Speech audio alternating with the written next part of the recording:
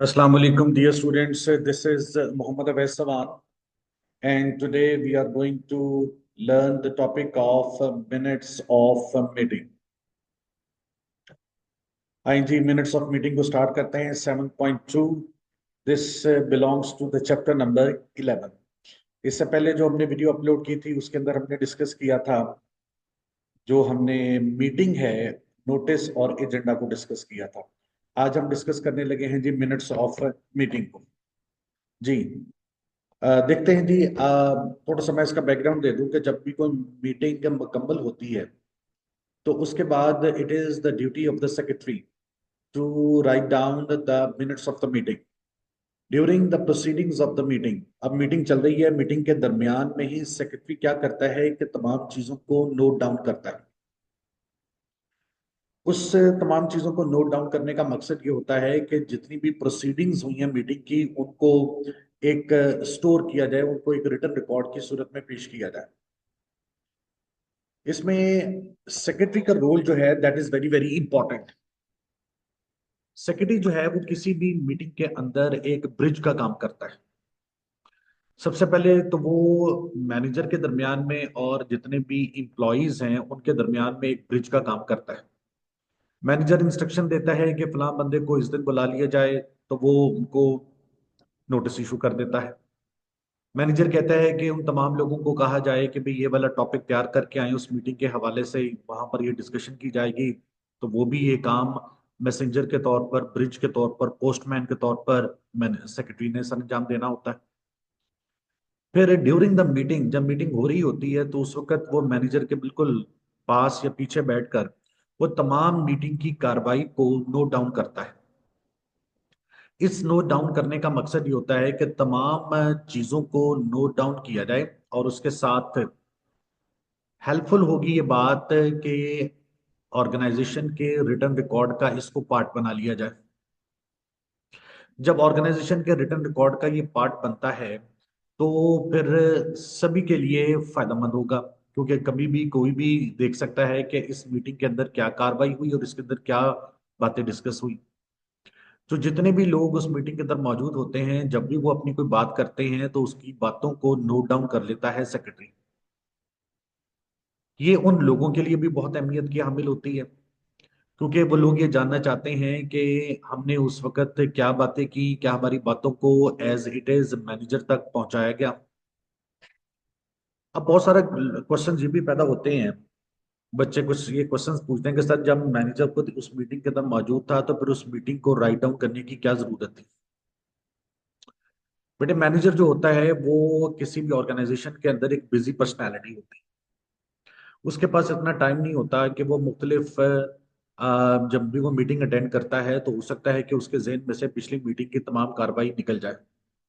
लेकिन अच्छे मैनेजर जो हैं वो अपने जहन के अंदर वो तमाम चीज़ों को जरूर स्टोर करते हैं, लेकिन फिर भी टू एर इज ह्यूमन, गलती करता है इंसान, हो जाती है.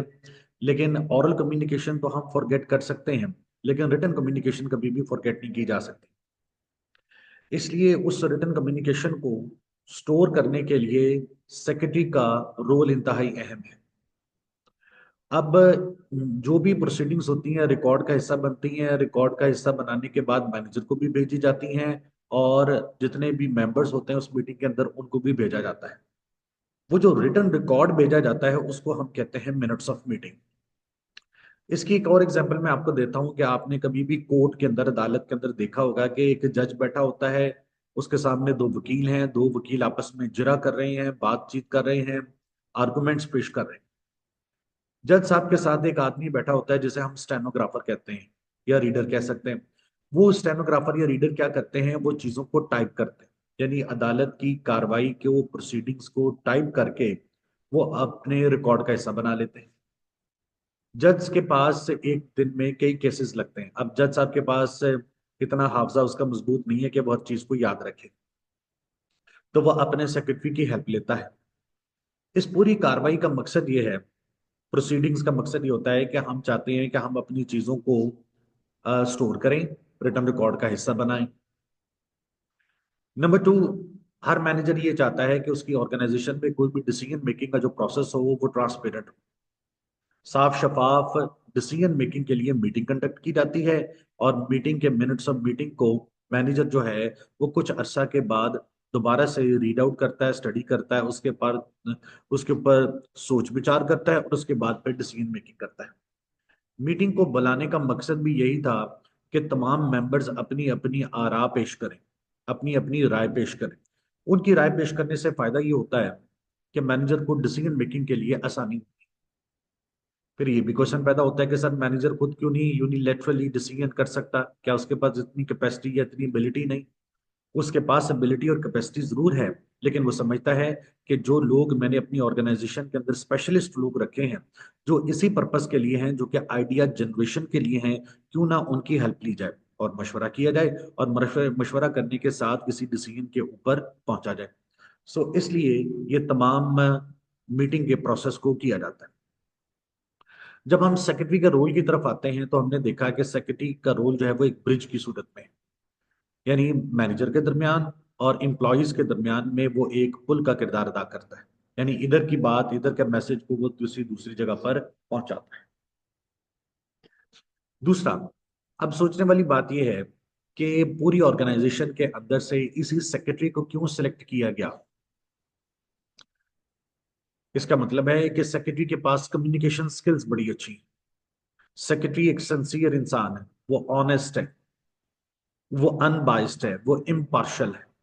आमतौर पर सेक्रेटरी ऑनेस्ट हो, इम्पार्शल हो, तो तभी जो है वो एक अच्छी प्रोसीडिंग्स को राइट डाउन कर सकता है। और एज इट इज होता ही है कि अगर सेक्रेटरी मीटिंग की प्रोसीडिंग्स के दरमियान में अपनी राय भी शामिल कर ले तो वो गलत होगा। सेक्रेटरी कभी भी अपनी राय को शामिल नहीं करता, बल्कि जो एज इट इज लिखी कही हुई बातें होती हैं मीटिंग के अंदर, बस उनको वो as it is write down करके आगे तक पेश कर देता है। आइए जी, अब हम 7.2 पे मिनट्स ऑफ मीटिंग को रीड आउट करते हैं, देखते हैं। The production of clear and accurate minutes is an exercise requiring many of the communication skills we have considered previously. It is important to listen effectively and consistently to take accurate notes. अब ये देखिए, वो accurate notes किसने लेने हैं? Secretary ने। इसलिए उसके लिए listening effectively भी बड़ा जरूरी है, यानी वो बड़ी तवज्जो के साथ किसी बात को सुने। उसकी कम्युनिकेशन स्किल्स का होना भी बहुत ज्यादा जरूरी है। Accurate notes हो, and then to translate these into a coherent and comprehensible written statement, और फिर उनको वो एक रिटर्न स्टेटमेंट की सूरत में ले, यानी राइट डाउन कर। सुनना एक और बात है, लेकिन सुनने के बाद उसको राइट डाउन करना, that is very important thing. Next page पर आइएगा जी, ये देखिए कि टॉप पे there are a number of points of good practice in minutes of meeting. अब मिनट्स ऑफ मीटिंग के अंदर हमें क्या कुछ करना चाहिए या सेक्रेटरी को क्या कुछ करना चाहिए, वो लेट्स सी देख। The essence of minutes is that they are brief note, condensed statement of the proceedings of the meeting. Condensed कहते हैं किसी चीज को स्क्वीज करते हैं। आमतौर पर कंडेंस्ड मिल्क का नाम आपने सुना होगा, जो कि पाउडर वाला दूध होता है। कंडेंस्ड मिल्क होता है कि जिसमें स्क्वीज कर दिया जाता है। ठीक है, अब वो ब्रीफ नोट्स बनाएगा, कंडेंस करेगा मिनट्स को। As such they are not the same as a report, they are design to record the decision taken, that is all. अच्छा, ये जो मिनट्स ऑफ मीटिंग है, कहते हैं किस मकसद के लिए काम किए जा रहे हैं? ये जो है वो स्पेशलाइजेशन है किसके लिए? डिसीजन मेकिंग के लिए। डिसीजन मेकिंग के लिए ये सारा काम किया जाता है। आगे देखिएगा जी, थर्ड लाइन में मैं पढ़ रहा हूं जी। On the other hand, they need to be sufficiently detailed and complete. Detail में होंगे, कंप्लीट होंगे, to convey what transpired at the meeting and to provide clear instructions and authorization for action. अब कुछ डिसीजन ऐसे होते हैं जो कि ड्यूरिंग द मीटिंग ले लिए जाते हैं, यानी मैनेजर ने कुछ डिसीजन होगा या कुछ रिस्पॉन्सिबिलिटीज आयद की होंगी, तो उन मिनट्स ऑफ मीटिंग के अंदर वो तमाम डिसीजन मेकिंग के प्रोसेस को लिखा जाता है कि फलां बंदे ने अब ये काम करना है, इस मीटिंग के तनाजुर में फलां बंदे ने ये करना है, फलां बंदे ने ये करना है। तो ऑथराइजेशन भी होती है, इंस्ट्रक्शन भी दी जाती है, ट्रांस और डायरेक्शंस भी दी जाती है। बुलेट नंबर 2 पढ़ते हैं जी। The minutes should be positive, free from bias and ambiguity, and capable of standing on their. अभी भी मैंने आपको जिक्र किया था कि it is the duty of the secretary, it is the responsibility of the secretary to be unbiased. वो किसी की साइड ना ले, वो न्यूट्रल होकर बात लिखे, और कभी भी कोई एम्बिगुअस चीज ना हो। देखिए उसका मकसद ये है सेक्रेटरी का कि वो चीजों को क्लैरिफाई करके सिंपल वे में, क्लियर वे के अंदर लिखे, बजाय इसके कि वो उसको एम्बिगुअस वे के अंदर लिखते या गैर वाज़ेह अल्फाज में लिखते, तो ऐसा नहीं होना चाहिए। For example, resolutions should not merely say resolved accordingly or resolved as agreed, but state precisely what the decision was using the exact wording on which voting took place. देखिए उसने कहा कि ये वाले लफ्जों का इस्तेमाल नहीं करना। मतलब कौन से लफ्जों का, इन्वर्टेड कॉमर्स में उसने लिखे जी रिजॉल्व्ड अकॉर्डिंगली, कहता ना तो ये लफ्ज हो, ना ही रिजॉल्व्ड एज एग्रीड, बल्कि ऐसे लफ्ज हो जो प्रिसाइज हो, जो कि एग्जैक्ट होते हैं। और एग्जैक्ट वर्ड्स के लिए उसने कहा कि जो वोटिंग का प्रोसेस होगा ड्यूरिंग द मीटिंग, आपने उसको फॉलो करना है। मीटिंग के अंदर ना कुछ डिसीजंस होते हैं जो वोटिंग के जरिए से होते हैं, यानी वोट डाले जाते हैं, वोट डालने के बाद जो है वो मेजोरिटी की जो राय है वो एक्सेप्ट की जाती है। This is one way of taking the decisions. Bullet number third पढ़ते हैं जी। Made writing requires accurate, concise and objective language. They should be written in the third person using he, she, they and in the past tense. देखिए फर्ज करें कि मैं एक secretary हूं और मैं मिनट्स ऑफ मीटिंग को राइट डाउन कर रहा हूं। तो मैं कहूंगा कि मेरे सामने जो प्रोसीडिंग्स हुई उसमें फलां शख्स ने ये कहा, फलां ने ये कहा, तो इसलिए मैं कहता हूँ he said, they said, she said. तो मैं थर्ड पर्सन प्रोनाउन को इस्तेमाल करता हूँ। और जब मैंने सेड कहा तो इसका मतलब है कि मैंने पास्ट टेंस को इस्तेमाल किया, से की सेकंड फॉर्म, क्योंकि वो कामात बात हो चुकी है। अब आमतौर पर आपका क्वेश्चन ये होगा कि सर क्या minutes of meeting at the spot लिख लिए जाते हैं या फिर थोड़े दिन के बाद या थोड़े टाइम के बाद लिखे जाते हैं? होता ही है कि सेक्रेटरी जो है वो कुछ अपने शॉर्ट नोट्स बना लेता है। शॉर्ट नोट्स को वो थोड़ी देर के बाद, शायद उसी दिन या उसे अगले दिन, वो इलेबोरेट करके लिख लेता है। तो वो पास्ट टेंस में लिखेगा कि जो वाकया हुआ, जो बात हुई, उसको वो पास्ट टेंस के अंदर एक्सप्लेन करता है। नेक्स्ट आते हैं जी बुलेट पे। It is important to emphasise the word factual in the definition above. देखिए फैक्चुअल से मुराद होता है कि सेक्रेटरी ने कोई फिक्टिशियस या फैब्रिकेटेड काम नहीं करना, यानी मन घड़त काम नहीं करना, अपनी तरफ से कोई चीज ऐड नहीं करनी, बल्कि जो भी फैक्ट्स होंगे उनको एज इट इज उसने बयान करना है। Minutes must not express personal opinions. अब मिनट्स के अंदर किसी भी सेक्रेटरी के अपने जाती ओपिनियन को शामिल नहीं करना। ओपिनियन और offer interpretation of what has been said, और जो कुछ भी कहा गया उसके मतलब वो अपनी जाती राय नहीं देगा। मतलब जाती राय का इख्तियार सिर्फ और सिर्फ उन एम्प्लॉयज को है या उन मेंबर्स को है जो बीच में होते हैं, या फिर मैनेजर को होता है। इसका काम सिर्फ इतना है कि सिर्फ इसने एज इट इज चीजों को राइट डाउन करना है। Next, they should B simple statement of the fact. thus it would be wrong to write the trier displayed such excellent persuasive skill in putting forward her argument and she took all the members with her. This should be expressed as there was unanimous agreements to accept the Trier's report. अब उसने एक statement लिखी है, कहते हैं इसको इस तरह से ना लिखिए, ये गलत हो जाएगी। पहली जो इन्वर्टेड कॉमर्स वाली स्टेटमेंट है, द ट्रेयर, ट्रेयर आमतौर पर होता है वजीर खजाना, खजांची को कहते हैं। Displayed such persuasive skills in putting forward her argument and she took all the members with her. कहते हैं इस लाइन को आपने आसान जुबान में इस तरह से लिखना है, जो अगली लाइन इन्वर्टेड कॉमर्स में आ रही है। There was unanimous agreement. Unanimous का मतलब होता है मुत्तफिका, कि सबने मुत्तफिका फैसला किया कि वो ट्रेजरर की रिपोर्ट को, खजांची की रिपोर्ट को, फाइनेंस डिपार्टमेंट की रिपोर्ट को या अकाउंटेंट की रिपोर्ट को वो एक्सेप्ट करते हैं। नेक्स्ट बुलेट में पढ़ते हैं जी। Minute should be completed as soon as possible after the meeting. Meeting खत्म होगी, मिनट्स फौरन जो है वो तहरीर कर लिए जाए। It is surprising how quickly your understanding of your own notes can fade and your memory of a certain discussion become cloudy. देखिए जो भी आपकी डिस्कशन हुई उसमें हो सकता है कि आपको थोड़ी देर के बाद वो चीज भूल जाए। इसलिए सेक्रेटरी कहता है कि मैं फौरन ही उनके शॉर्ट नोट्स बना लेता हूं ताकि मुझे भी कोई चीज भूल ना जाए और मेरी भी मेमोरी क्लाउडी ना हो जाए। नेक्स्ट है, it is normal practice in many organizations for the accuracy of the minutes to be checked with the chairperson become before circulation. कहते हैं एक नॉर्मल प्रैक्टिस है, क्योंकि जब भी आप मिनट्स ऑफ मीटिंग लिखते हैं तो सेक्रेटरी के तौर पर आपने ये मिनट्स ऑफ मीटिंग चेयरपर्सन को यानी मैनेजर को लाजमी तौर पर शेयर करने होते हैं। अब आते हैं जी, the following example of an extract from the minutes of the meeting illustrated many of these points. अब एक मिनट्स ऑफ मीटिंग आपके सामने पेश किए जा रहे हैं, जिसमें आपकी बहुत सारी चीजें क्लियर हो जाएंगी। मिडल ऑफ द पेज देखिएगा, लिखा हुआ है जी Salim parish council, general purposes committee.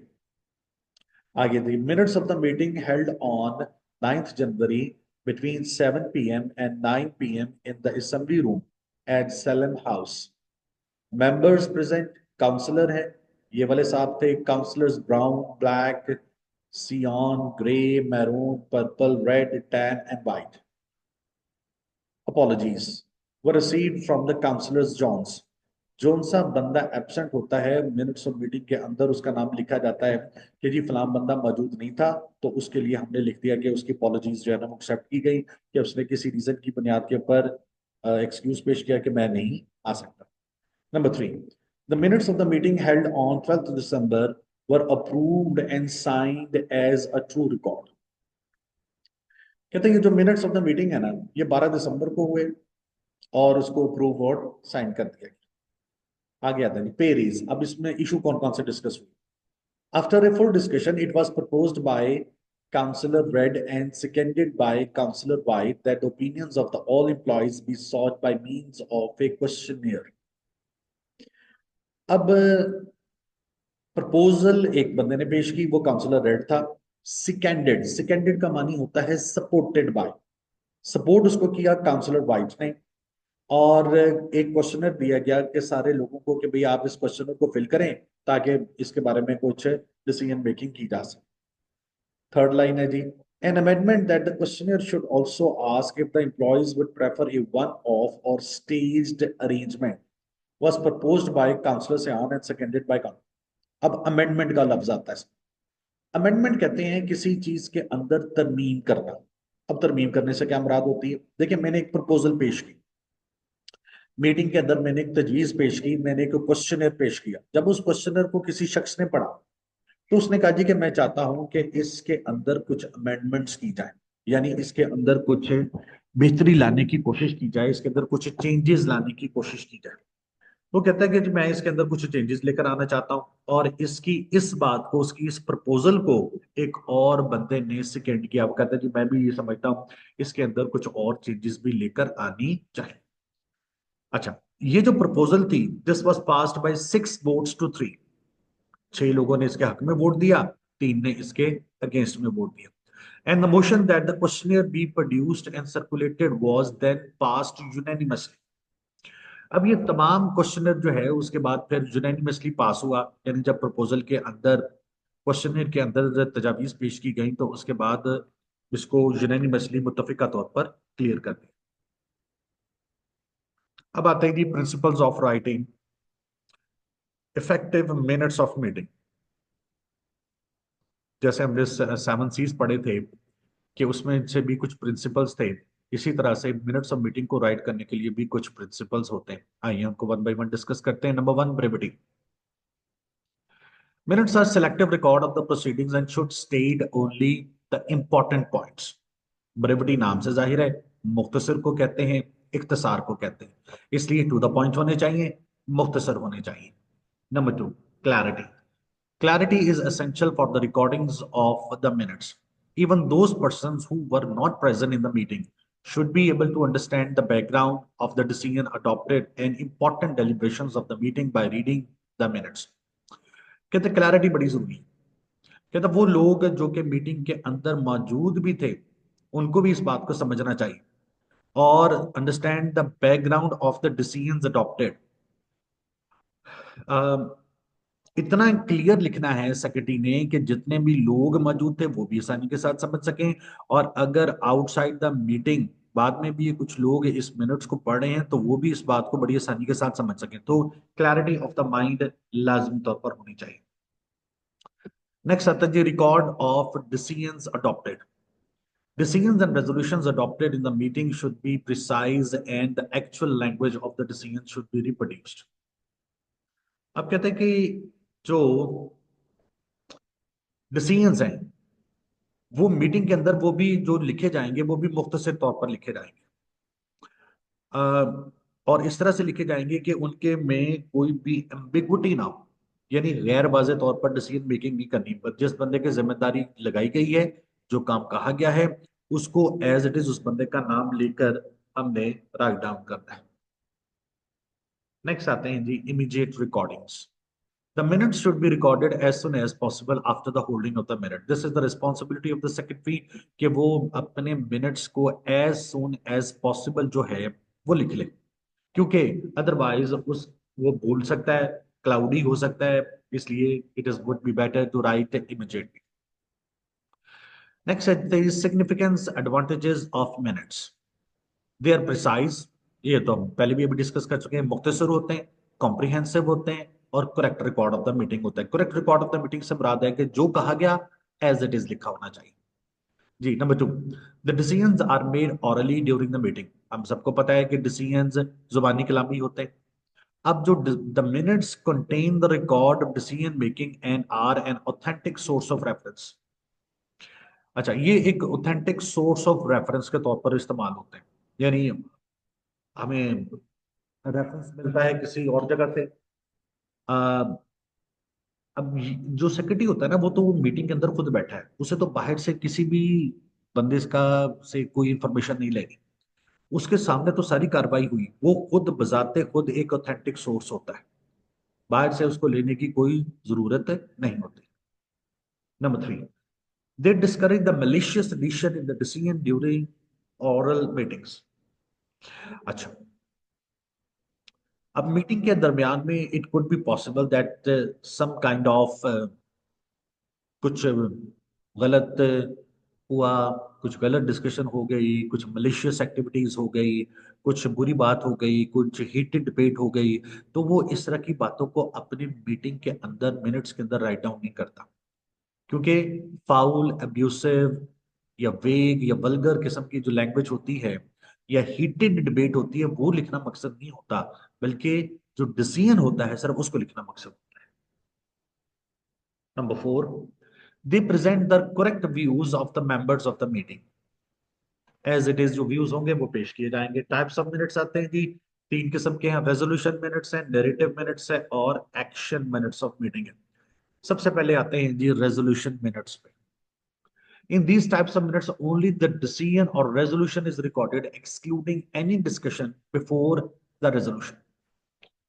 अब मीटिंग हुई, मीटिंग के अंदर कुछ डिसीजन हुआ और डिसीजन को सिर्फ लिखा जाता है, और डिसीजन के पीछे वाली जो डिस्कशन होती है उसको राइट डाउन नहीं किया जाता। Only decisions are going to be written.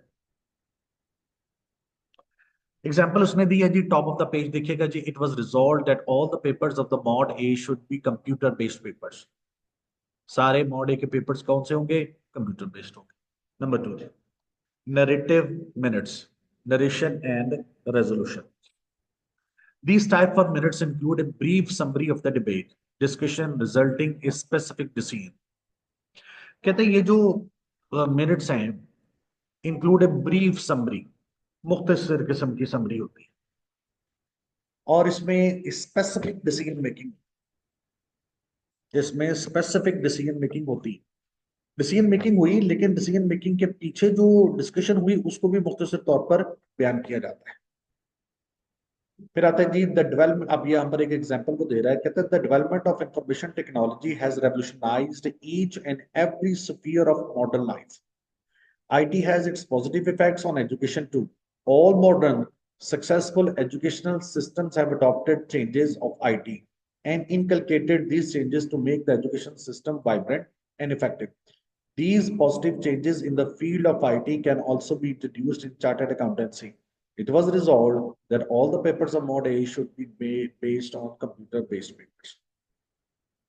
इस नरेटिव ऑफ मिनट्स की आप आखिरी लाइन पढ़ें तो वो बिल्कुल वही लाइन है जो कि हमारे ऊपर रिजॉल्व्ड या रेजोल्यूशन मिनट्स ऑफ मीटिंग की है, लेकिन उसी बात को थोड़ा सा डिस्कस करके, थोड़ी सी उसकी मीटिंग के अंदर जो बात डिबेट हुई वो हम यहाँ पर पेश कर रहे हैं। जैसे the development of information technology has revolutionised. अब ये जो डिबेट हुई है उन मेंबर्स के दरमियान में, उस डिबेट को यहाँ पर पेश किया रहा कि उन लोगों ने क्या कहा, लोगों की क्या राय थी।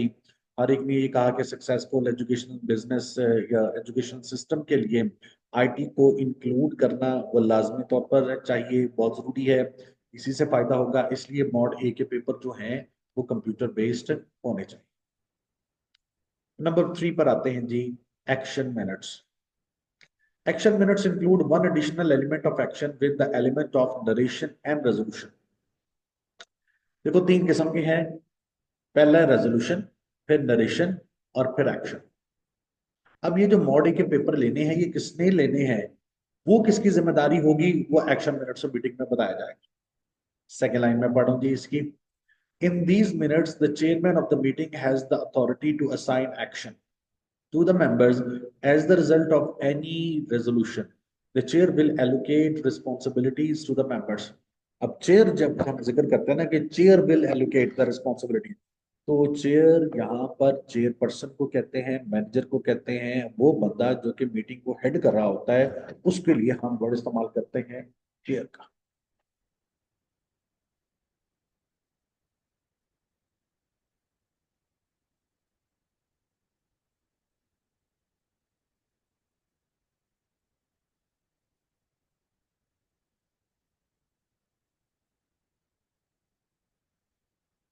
तो चेयर पर्सन की जिम्मेदारी है कि उसने एलोकेट करना है, किसी की जिम्मेदारी लगानी है कि फलां बंदे ने ये वाला काम करना। ठीक हो गया जी। अब आते हैं जी फॉर्मेट्स के ऊपर, रेजोल्यूशन, नैरेटिव और एक्शन मिनट्स ऑफ मीटिंग है। नंबर 1 हमने सेंटर ऑफ द पेज लिखा जी ऑर्गेनाइजेशन का नाम, ऑर्गेनाइजेशन का नेम है, नेम ऑफ द कमेटी है, फिर नीचे हमने लिखा minutes, minutes of the meeting held at place date time. हमने बता दिया जी कि कौन कौन सी डेट पर, प्लेस पर, टाइम पर हमने लिखे। फिर प्रेजेंट पार्टिसिपेंट्स नेम, सबसे पहले मेंबरशिप है, मेंबरशिप में एक्शन, अपॉलॉजीज फॉर एब्सेंस है, minutes of the last meeting है, फिर मैटर्स अराइजिंग है, सिक्स्थ पे प्रपोजल है, सिक्स्थ पे फाइनेंस पोजीशन है, सातवें के ऊपर मिसिंग है, आठवें पर एनी अदर बिजनेस है, नौवें पे डेट ऑफ नेक्स्ट मीटिंग है, और लास्ट में साइन। जबकि हम राइट साइड वाले पोर्शन को पढ़ते हैं तो action minutes the name of the participants of the meeting will be mentioned against the paragraph of each. आगे जाकर ना इसका एक उन्होंने बनाया भी होगा, ये लीजिए, ये ज्यादा बेहतर है। ये देखो जी, जब बार आप प्रेजेंट का वर्ड पढ़ते हैं ना कि कौन कौन से लोग मौजूद थे, उसमें मैनेजिंग डायरेक्टर था, चेयरमैन था, सेक्रेटरी था, मैनेजर था, और उसके बाद अब मेंबरशिप में the chairman welcomed director sales of the company to participate in the decision making of the executive committee of on various issues. अब चेयरमैन ने वेलकम किया डायरेक्टर सेल्स को, फिर अपॉलॉजीज आ गई। Apology for absence was received from treasurer, जो वजीर खजाना था उसने कहा जी कि मैं नहीं इस मीटिंग के अंदर शामिल हो सकता, मेरी कुछ मजबूरी है।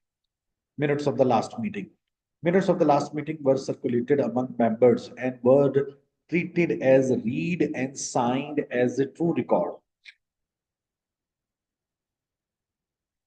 जितने भी मेंबर्स थे उस सब ने साइन कर दिए minutes of the last meeting पर। उन्होंने कहा जी कि जी ठीक है, हमने इस चीज को पढ़ा हुआ है, देखा हुआ है, हम एक्सेप्ट करते हैं, और हम पुरानी मिनट्स ऑफ मीटिंग को रिकॉर्ड का हिस्सा बनाने के लिए अलाउ करते हैं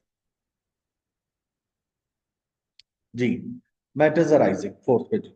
From the minutes of the meeting, it was decided to make an investment of rupees 150 m for modernization of plant to increase the productivity as per sales forecast. The production manager was also given a duty by the chairman to submit a report explaining how much increase in the production will take place as a result of this investment. अब यहां पर देखिएगा, production manager was also given a duty by the chairman. अब हमने सामने लिख दिया, action किसने लेना है इस काम के ऊपर, प्रोडक्शन मैनेजर ने। थर्ड पैराग्राफ पढ़ते हैं जी, यहाँ पर देखिएगा मार्केटिंग मैनेजर की जिम्मेदारी लगेगी। It was also decided to start an intensive advertising campaign with an expense of rupees 510 million for the new product for the next quarter. The chairman requested marketing manager to chalk out the blueprint of the campaign and assign the duties to the concerned quarters. Marketing manager की जिम्मेदारी लग गई कि उसने क्या करना है, advertisement campaign करनी है, 10 मिलियन की अमाउंट उसके पास है नेक्स्ट क्वार्टर के लिए। क्वार्टर सम्राट कि अगर हम एक साल को 4 हिस्सों में तकसीम करें तो 3 माह का एक क्वार्टर बनता है। अब चेयरमैन ने ही मार्केटिंग मैनेजर को कहा जी कि आप हमें एक ब्लू प्रिंट बना के दें, यानी एक खाका बनाकर दें जिस पे मुख्तलिफ लोगों की ड्यूटीज के बारे में बताया जाएगा। Proposal for opening new branch in Dubai. अब एक नई तजवीज भी है कि एक नई ब्रांच खोली जाए। The marketing manager gave a proposal for opening a new branch in Dubai. Marketing manager की जिम्मेदारी लगाएगी कि दुबई में एक नई ब्रांच खोलनी है।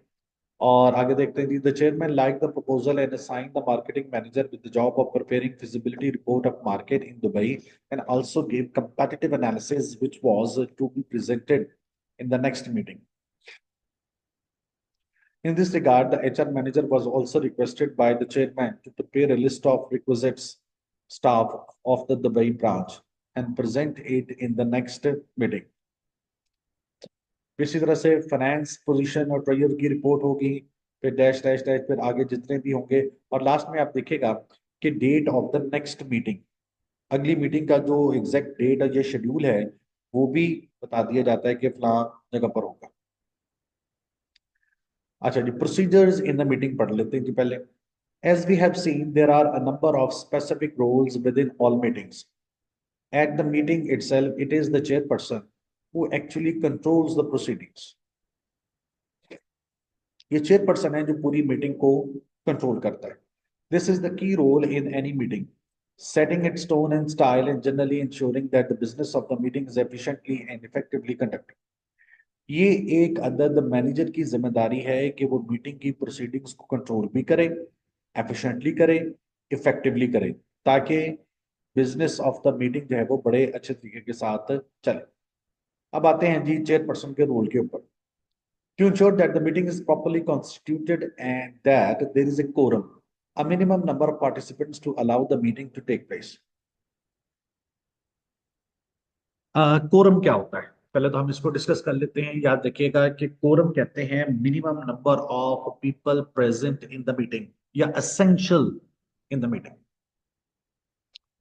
एक मीटिंग है, उसके अंदर 20 लोगों को बुलाया गया। उस 20 लोगों में से अगर 25% लोग मौजूद हैं, मुख्तलिफ ऑर्गेनाइजेशन के अंदर ना मुख्तलिफ स्ट्रेटजीज होती हैं। कुछ लोग कहते हैं 50% लोग मौजूद होने चाहिए, कुछ लोग कहते हैं 75% लोग मौजूद होने चाहिए। और अगर इतने लोग मौजूद होंगे तो मीटिंग होगी।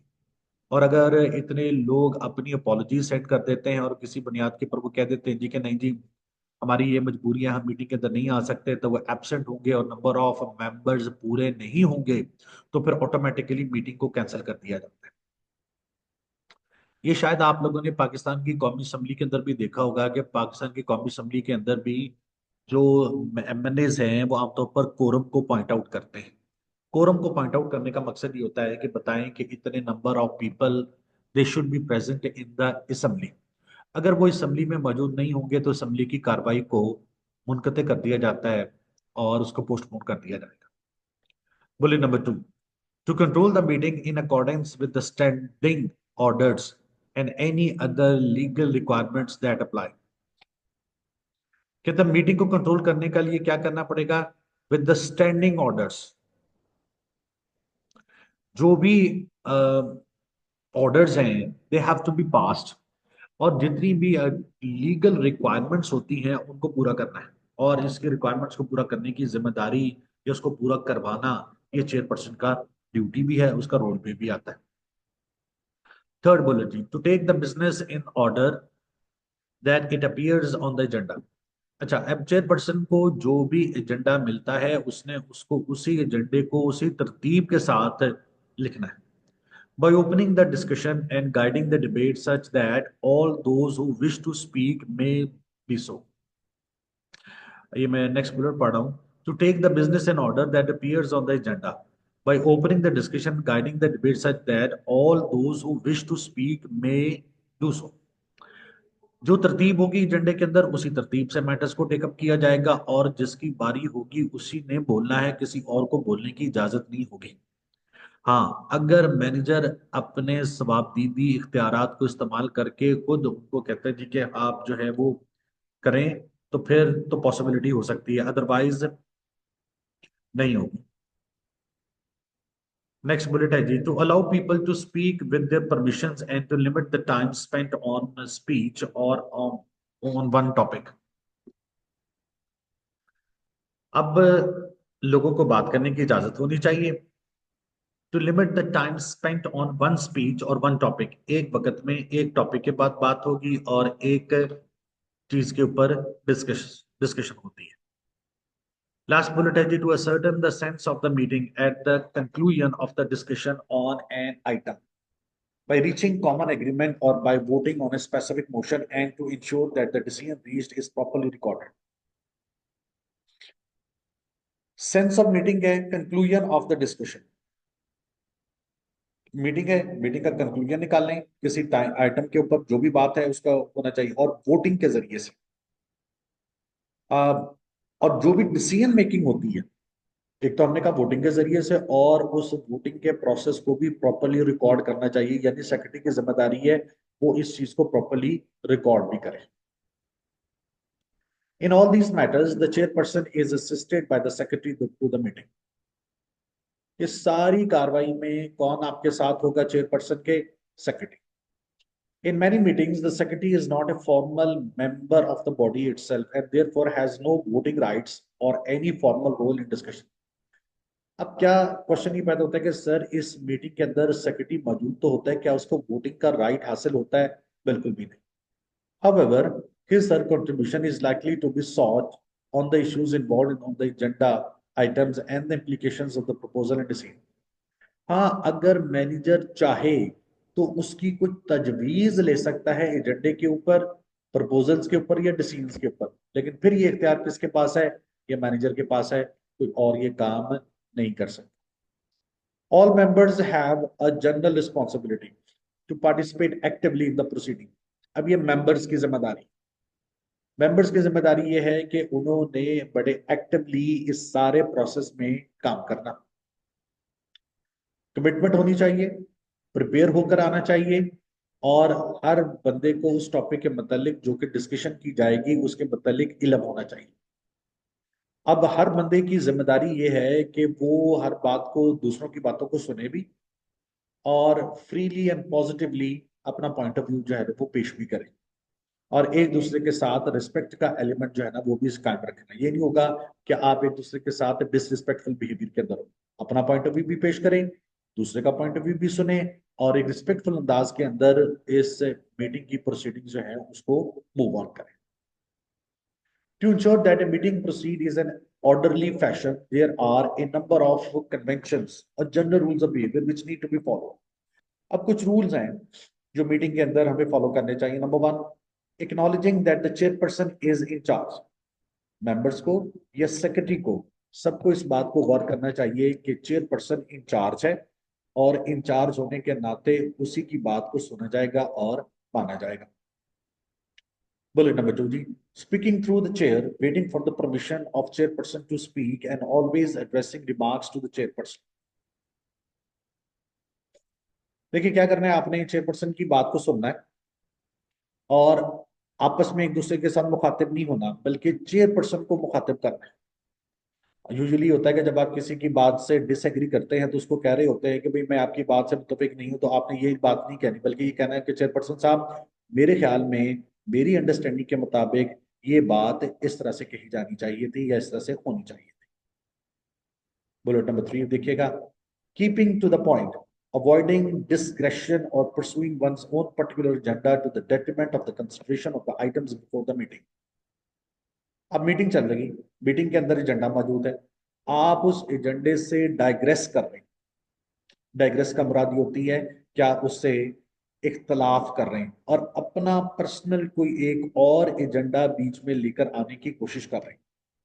शायद वो पर्सनल ना हो, चाहे वो आपकी कंपनी के मुतालिक हो, लेकिन वो रिलेट नहीं कर रहा होगा, तो इसलिए कोशिश ये करनी चाहिए कि वो काम करें जो कि एजेंडे के अंदर मौजूद है। Last, not interrupting other speakers except for a procedural reasons.